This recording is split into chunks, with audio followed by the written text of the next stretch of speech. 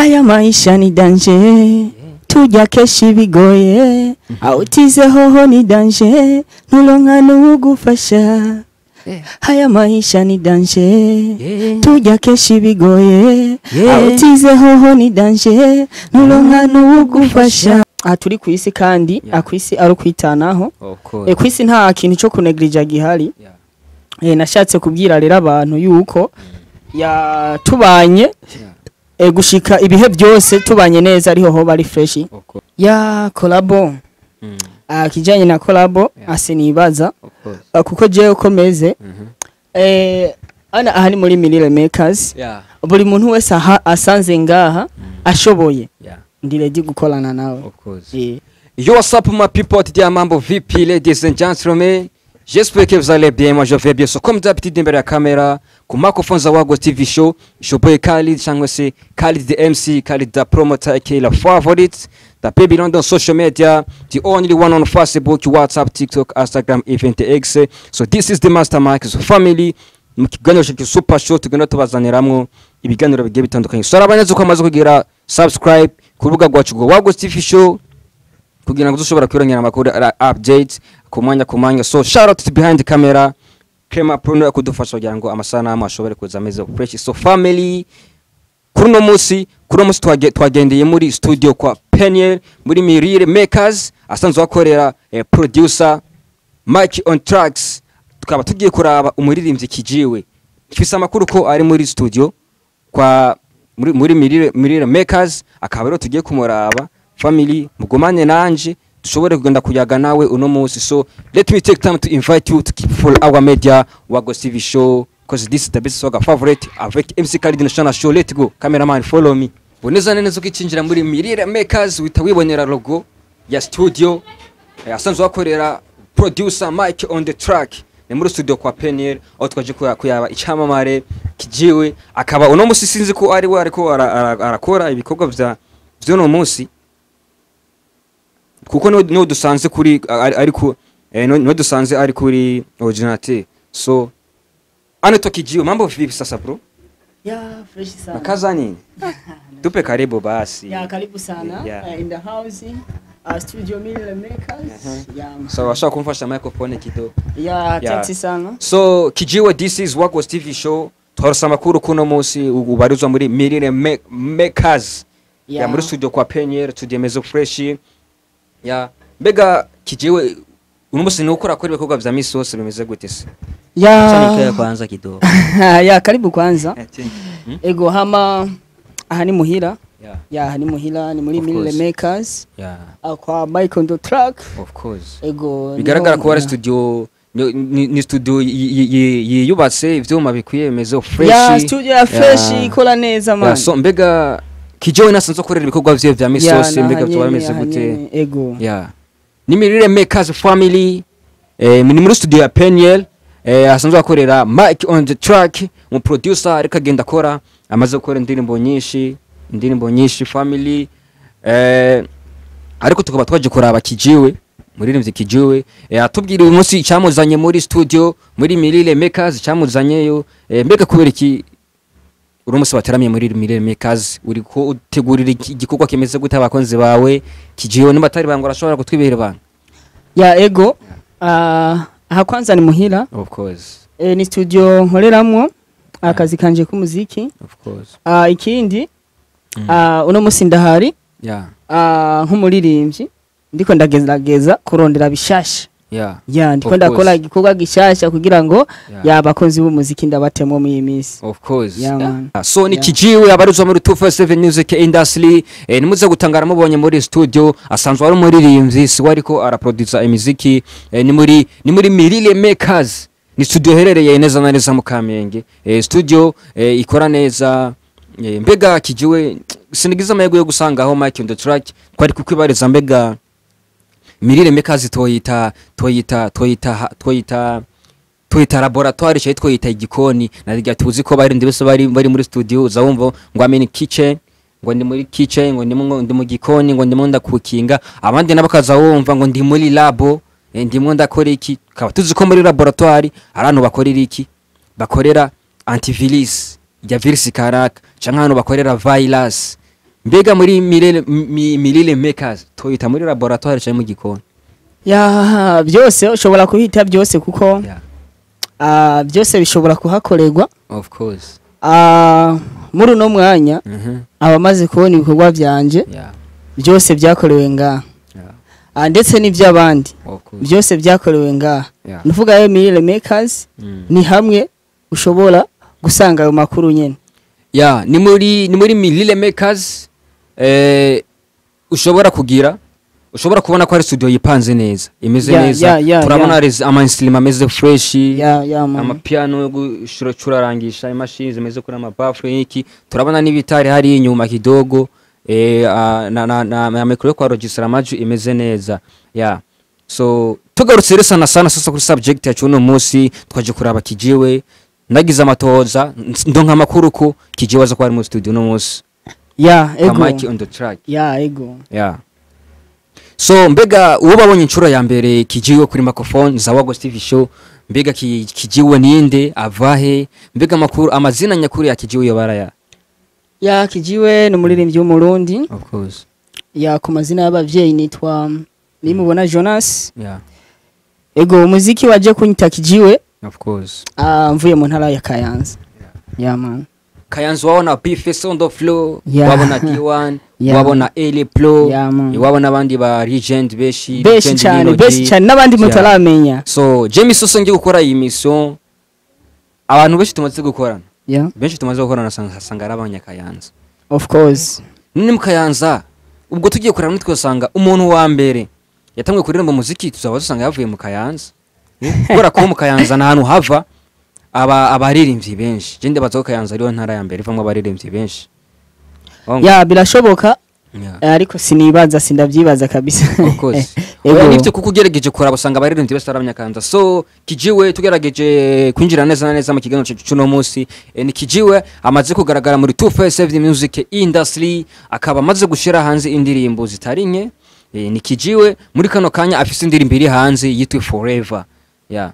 Suko Kijiwe yiswe Forever. Mbega ni ryari Kijiwe yamenye ko afise talent yo kuririmba, ni ryari yamenye ko afise impano ashobora kujya muri studio ka recording?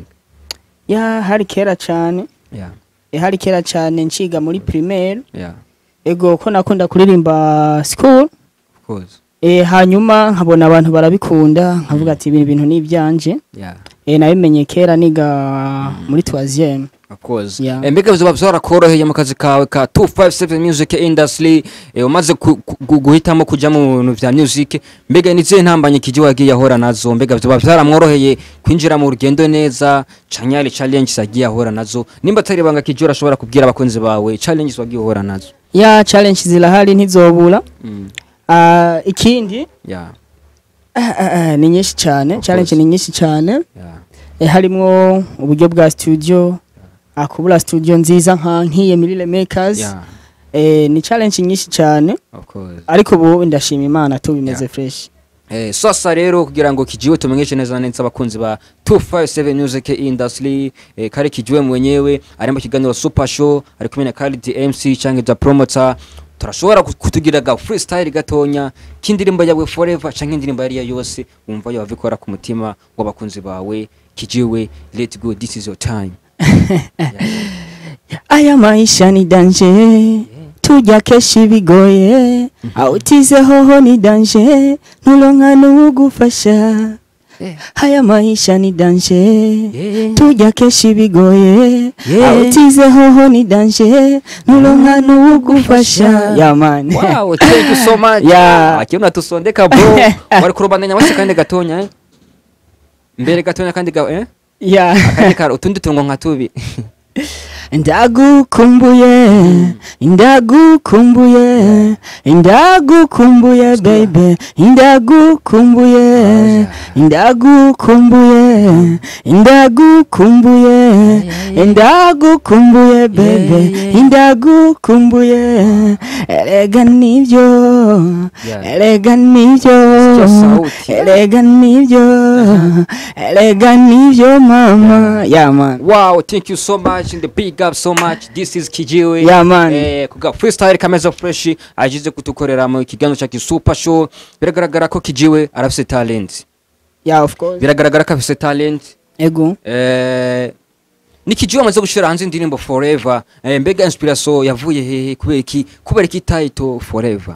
ya Forever yavuye muri mu kibano byo tugenda turabona ko umuririmbyi n'ikiyo cya Jami keshi mu kibano bubona ivyo abantu babayeho ingene babayeho rero wanashaka no muri no muziki abafana babakenewe yakubwira umuntu rero ati je nawe Forever nubwo nawe bwira umufana ati je nawe ni mpaka Forever kiri simple kabisa. Wow, thank you so much. Sasa uwo bareka rumviza indirimbo ijya mbere indirimbo Forever. Family tukiri ngaha nyene murashobora kuja ku rubuga rwa YouTube rwa Kijiwe mugashobora gukurikirana indirimbo yiwe Forever ndetse n'izindi ziriko kwagira subscribe ku rubuga rwiwe na partage na like kugira ngo ushobore gushigikira umwana w'igihugu naryo umuntu agize subscribe ku rubuga rwawe Kijiwe canke partage ndibaza ni support. Ego ni support kandi nini cyane abatarabikora bagende babikore ababikoze nabo ndaye bashimire kabisa. Yeah, of course. Nariko ndavuga yuko kubera iki title Forever cyo kintu menga ari wakinyishuye ego Forever uwo bari karumviriza indirimbo Forever yo kumva mu message meze gute iyi indirimbo Forever Kijiwe yanditse afise ashaka gushikiriza message imeze gute agomba kuyishikiriza abandi ushobora kuba wari umukunzi wawe ukora yishikiriza ushobora kuba yari abakunzi muziki ndundi ego Forever butumwa buri muri Forever nuko icambere turi ku isi kandi akwisi ari kwitanaho kwisi nta kintu cyo kunegrija gihari nashatse kubwira rero abantu yuko tubanye gushika ibihe byose tubanye neza ariho ho bari fresh ego thank you so much. So Kijiwe kimara kwinjira muri 257 music industry hari indoto wari ufise sindisira ariko ndabizi ko hari indoto wari ufise ukija muri 257 music industry ndazi Kijiwe aravuga ati je ndifuza kuzoshikana ndifuza kuzokora collabo izi mbega nize collabo z'indoto za Kijiwe zishobora kuba ari collabo z'indundi zishobora kuba ari collabo zo hanze giye guca Burundi ya collabo kijanye na collabo asinibaza kuko je ukomeze ana ahani muri Milile Makers buri muntu wese asanze ngaha ashoboye ndi ready gukorana nawe simpaka ngo naka canke naka oya ushoboye tu gusa donc collabo y'indoto ya Kijiwe niyo mu artiste afise talent ego wari we wese ashoboye kabisa wari we wese ashoboye ego gukuririmba ego gukora ikintu ciza ego donc mwende majambo wori umufana nturi umufana w'umuziki ahubwo umufana w'umuziki myiza ego umufana w'umuziki myiza so this is Kijiwe family neza na neza nkuko twebabyiye biri muri Milile Makers bigaragara ko ariko arategura igikorwa kimeze fresh susa Kijiwe nimba atari banga biragaragara ko wogira ukurikize indirimbo Forever nimba atari banga urashaka kubwira abakunzi bawe muziki ndundi mbega ugiye gukurikiza indirimbo Forever bimeze gute mbega nimba ugiye kwikurikiza ni gari mbega ico gikorwa cyo bakimeze gute ni rap ni R&B kimeze gute nimba atari banga ashobora kutubira banga ikintu babwira kubijanye n'ico ikintu babwira no batumirira kuja kuri YouTube yanje bandike Kijiwe bagile abagile sabne share na comment kuko umwanya n'umwanya bazobona kibagwamo ico no babwira rero nuko bojaye gusa bo bakabara kanda abone umwanya n'umwanya pa donc bakaba bara subscribe bakaba subscribe fast kugira ngo kubera aha ni muri Milile Makers bikorwa ni byinshi umwanya n'umwanya kirabagwamo n'umwanya n'umwanya gikorwa kindi gikorwa gishasha kikatugwamwo so ni Kijiwe ugenda ugaragara muri 257 music industry kubera iki wahisemwo talent ya music uri kwahisemo kuririmba na irya tuzi ko ama talent ari menshi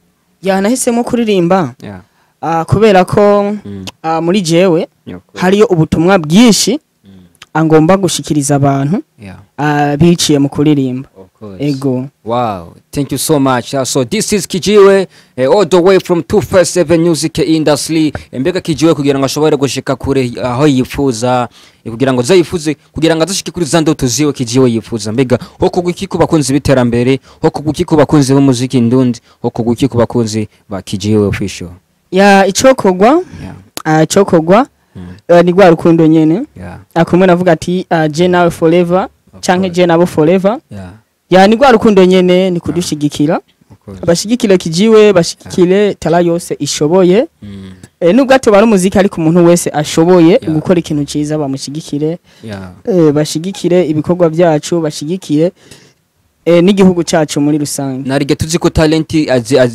ari nyinshi ziri ngaha hanze hari abapeti bafise amatalent yo kuririmba hanze hari abapeti bashobora gukina football beshi hari abapeti baba cineaste ndetse n'izindi mpano nzishi izo zose zikeneye support uwari wese ashoboye bamusupporting ego mbego bakine gusupportinga kijiwe yo musupportinga gute yo musupportinga mu buryo bwahe mbega ico ni kibazo ca mbere kibazo ca kabiri mbega kijiwe arafise management canke se afise inguvu zimuri nyuma yiwe canke ibikorwa vyiwe abikora ku nguvu ziwe vya misi yose ya cambere nuko umuntu yoba akeneye kufasha ya nitwa kijiwe ku mbuga zose yego ucandika kijiwe ucumbona turashobora kuyaga ego ikindi nta management ifise ariko umuntu akeneye kufasha bivanye nuko abona tala yanje ashaka kuzana uburyo akasanga ngaha muri Mille Makers tugakora ibintu bizima man ego ashobora kugusupportinga mu kukomenamwo uburyo ego muri Mille Makers ubundi mugakora ikintu bise gute ikintu bise show na show man thank you so much. So this is Kijiwe official all the way from 257 music industry bigaragara ko ari umusore akiri muto afite talent yo kuririmba so this is called the MC cyangwa se the promoter aka la favorite the master Mike neza na neza turi muri Mille Makers ni muri laboratoire aya ni munzu y'ubuhinyanyuriro cyangwa munzu y'iremero niko shobora kubuvuga of course Mille Makers tubaheze ikaze muri Mille Makers nitwashoboye gusangaho producer Mike on the track kugira ngo ashobore kudusegurira byinshi ni muri studio iherereye mu Kamenge neza na neza mu Kamenge ibarabara rya 11 ego of course beshi ndazi barahaza benshi barahaza barahazi kabisa andanabahe karibu cyane muri Mille Makers ego barakora ibintu byiza kabisa ego so nikijiwe kandi wamaze kugaragara muri 257 music industry so ikintu nshaka kumenya d'abord mbega kijiwe wali single mbega kijiwe arubase cyanye ali en couple kijiwe icyo navuga kuri ico ndafise gang ego ndafise gang yitwa One Mission dufashanye ibintu byose One Mission irimo ibyo byose umbagije bro One Mission gang yitwa One Mission irimo ibyo byose umbagije of course bro just no harandira sana ego harandira sana wallahi so tugerageje kugaruka muri music mu muziki w'u Burundi mbega kijiwe gerageje kuraba muziki w'u Burundi ku ntambwe ugeze ko no mu myaka iri imbere wewe muziki ndundi ubona ko ntambwe imeze gute bro umuziki wanje canke w'igihugu umuziki ndundi umuziki ndundi ndabona kure cyane ko ubu biriko biraza bivanye nuko je nabisanze ntabwo ariko bikimeze byarahindutse cyane kandi bana no gushimira Imana ego umuziki rero ndundi mu minsi iri imbere uzobukaze cyane kwanza no burakaze ariko uzobukaze cyane donc mu minsi iri imbere ingufu zizaba zamaze kwiyongera sana ego generation shashira hari ikirakora fresh ego mbega kijiwe ugerageje kuraba ubarizwa mu muziki ndundi ubarizwa muri domaine ya music mbega kijiwe ubarizwa mu muziki gusa canke nyuma ya music hari ibindi bikorwa abari karakora nyuma ya music nyuma ya music bundi buzima buhari buri private of course ako ntibusana umuziki man of course ubundi buzima bwa kijiwe nyuma ya music buri private kandi sikosa gusa mu misi mike bazobumenya of course mu misi iri imbere ashobora kubona ikijiwe mu bundi buzima busanzwe barashaka kubona ikijiwe mu bindi of course mbega kijiwe tugerageje kugaruka muri 257 music industry watubwiye korabo zawe zindoto mu Burundi watubwiye umuntu wifuza gukorana ego nabwiye ko ari umuntu wese ashoboye ashoboye aho ni muri 257 music industry mbega mu muziki wanze nawe bimeze gute ya mu muziki wo hanze Yeah. naho nyene uko nyene Yeah. ntabwo nogenda hanze ngo ze gukorana n'umuntu adashoboye Of course. ya uzoba ashoboye wese Yeah. ya ego Donc uzobasoboye wese arashobora gukorana na Kijiwe. ego tutitaye ngo ni naka canke ni naka Yeah, ya muziki wiwe wa misi yose. ego Yeah. Tugerageje kugaruka inyuma gatonya ugitangura music. Yeah. Habo hariho umuririmbyi yoba yarakwenspira miyo myaka ya kera akavuga ati jewe umuririmbyi vraiment ndamukunda aranyispira sana muri iyo myaka ugitangura umuziki ndundi. ego bari bahari ariko ntabwo yari umwe Yeah. ariko bari bahari kandi bari benshi kandi ntabwo bari abarundi gusa Yeah. ego Nimba atari bangura ashobora kutubwira abakeya muri yavuga ati abaririmbyi vraiment je baranyispira turazi ya ni benshi sana ni benshi sana baramotive ukuntu nadege tuzi ko hari abantu benshi bagiye baraja muri music bivanye n'abaririmbyi kanaka bamwe bamwe. ego naje bari bahari benshi ego ntashobora kuvuga ngo nakana nako bari benshi cyane ashaka kumviriza imiziki ijana y'abantu batandukanye ku munsi kandi bose nkumva umengana niguzanje ya donc washobora kumva imiziki igiye itandukanye y'abaririmbyi vraiment ukayikunda. ego icyo nakunda jewe nakunda igikorwa ciza tu avuga ati uyu muntu yacometse hara kusoka umuziki umva ati umuziki vraiment umuziki urakazi ego hama kungiruka ukunda ego so garageje kugaruka hagati y'umubano wanyu abaririmbyi mbega mubano w'abaririmbyi wanyu hagati yanyu baba bifashe gute turavuga mu bijanye no gushigikirana mbega ubona hariho gushigikirana hagati y'abaririmbyi b'abarundi ubona hariho urukundo hagati y'abaririmbyi b'abarundi aho ndavuga hagati y'abaririmbyi b'abarundi bakiri bato bagikura n'abaririmbyi bamaze gukura. ego ni sawa biriko biragenda fresh kubera ko ubu umuririmbyi mukuru arashobora kumviriza umuziki w'umuririmbyi mutoya nkuko umuririmbyi mutoya yumviriza umuziki w'umuririmbyi mukuru ubu ni sawa biriko biragenda fresh. Yego ubu donc umuririmbyi mukuru ashobora kumviriza umuziki w'umuririmbyi mutoya akagira n'icyaho uvuze akavuga ati vraiment imizo kunukunuko. Mbega kubijanye n'aba organisateurs ceremony nabo kubijanye n'ibintu by'ibiteramo mbega bimeze gute turavuga ku buzima bw'umuziki bw'umuririmbyi Kijiwe ya kuri jewe novuga kuri jewe ko ndacari nko kwishure ry'umuziki kubera ko iyi studio yaciyemwe abantu benshi uno munsi bari trend cyane mu gihugu. Ego novuga yuko kubijanye n'ibiteramo kuri jewe novuga yuko muri uno mwaka twabaye turabihagaritse kubera ko hariho byinshi tugomba kwiga imbere yuko tuza kubikora. Ego thank you so much. So tugarutse ku ndirimbo yawe ku ndirimbo Forever tuvuga ko ari on trend mwaka kanya mbega indirimbo yawe Kijiwe yoba yarakiriwe neza mu bakunzi bawe cyangwa mu bakunzi b'umuziki ndundi yoba yarakiriwe ku rugero wifuza cyane rushimishije mbega bemeze gute? Yakiriwe fresh sana. Ego yakiriwe neza cyane. Ego so gerageje kuraba urugezo wifuza vraiment urabona yuko indirimbo irikiraza fresh. Urugezo nifuza gwararenze man. Ego sinarinda byitezi ko bizoba nuko. Ego gwararenze cyane. Thank you so much. Akajambo kamye ko bakunze b'umuziki ndundi kuba akajambo kamye ko bantu bagenda bagukurikirana bagenda bagushigikira mu bikorwa byawe bya 257 Music Industry bya misi yose.